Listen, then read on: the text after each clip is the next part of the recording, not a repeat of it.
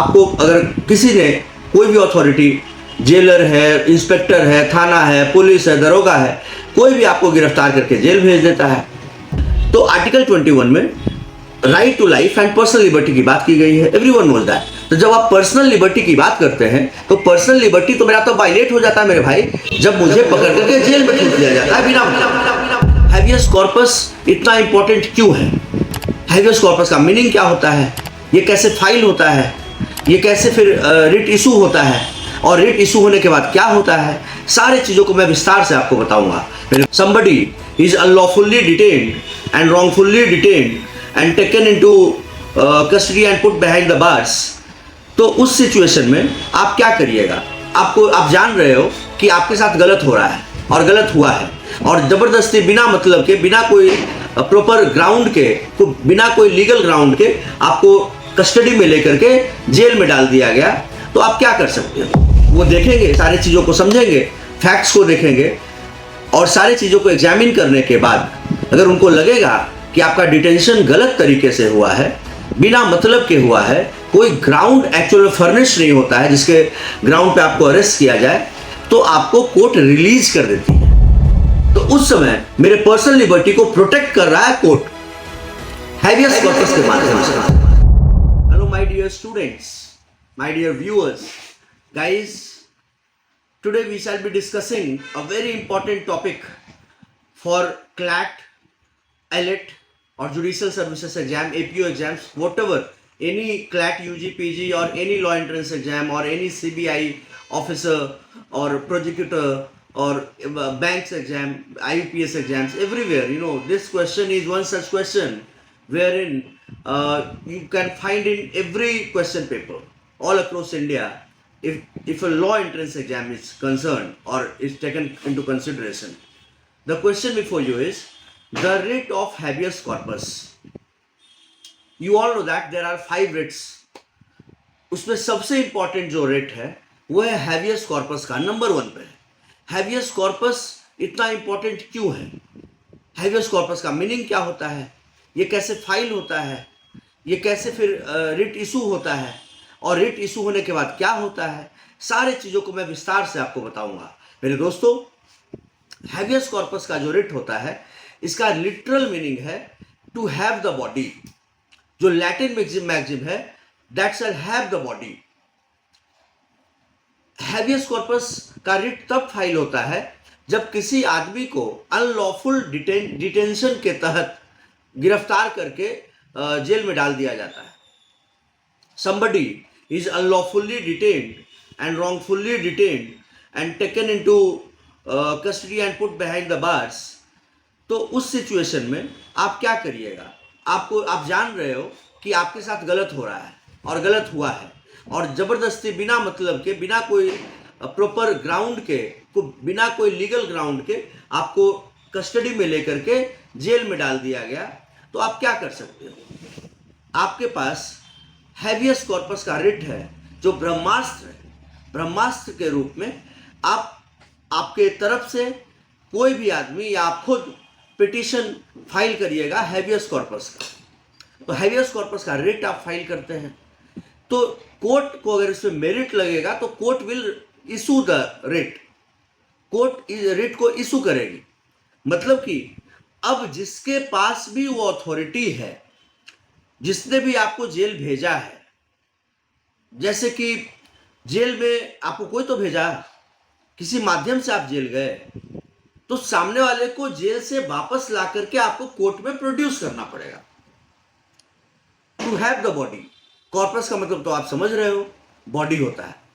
तो जब कोर्ट में प्रोड्यूस किया जाएगा, then the legality of your detention will be verified, will be examined, will be regulated. उसको पता किया जाएगा कि your legality, your constitutionality has been followed or not. The detention is wrongful, detention is unlawful, or lawful or rightful, they will be decided by the honorable court. वो देखेंगे, सारी चीज़ों को समझेंगे, फैक्ट्स को देखेंगे, और सारे चीज़ों को एग्जामिन करने के बाद अगर उनको लगेगा कि आपका डिटेंशन गलत तरीके से हुआ है, बिना मतलब के हुआ है, कोई ग्राउंड एक्चुअल में फर्निश नहीं होता है जिसके ग्राउंड पे आपको अरेस्ट किया जाए, तो आपको कोर्ट रिलीज कर देती है। क्या करती है? आपको कोर्ट छोड़ देती है और वापस आप मतलब you have the protection of liberty, आपको लिबर्टी मिल जाती है। मतलब देखिए 3 फेज में है।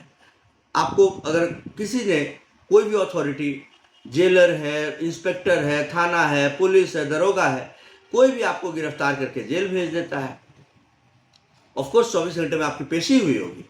आर्टिकल 22 में, आर्टिकल 22 में कॉन्स्टिट्यूशन में आपने पढ़ाया, मैंने आपको कि 24 घंटे के अंदर the person who has been taken into custody, the person arrested shall be produced before the nearest judicial magistrate. Everybody knows that.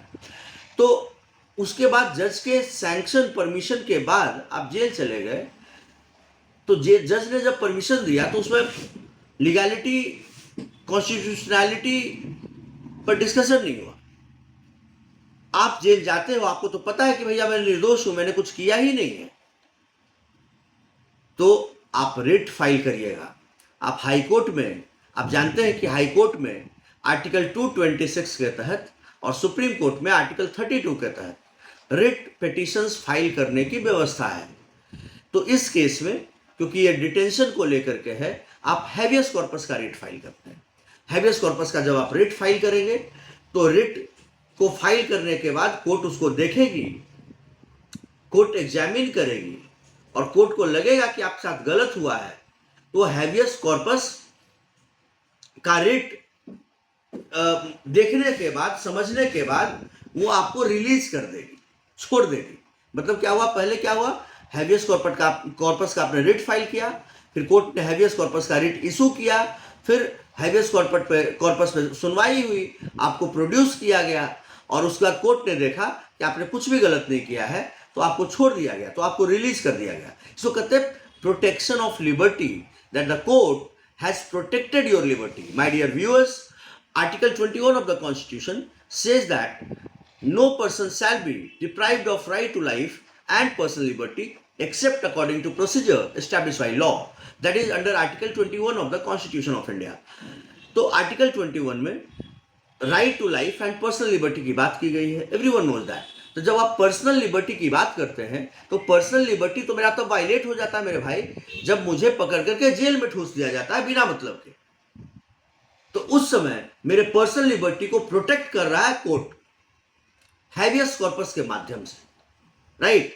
अभी देखिए आपको पूरा सर्कल नजर आ रहा होगा कि पहले गलत तरीके से गिरफ्तारी होती है, फिर आपकी तरफ से हैबियस कॉर्पस का रिट फाइल होता है, फिर कोर्ट हैबियस कॉर्पस का रिट इशू करती है, फिर आपको रिलीज करती है, releasing thereby ensuring that your liberty is protected. That is 360 degree circle.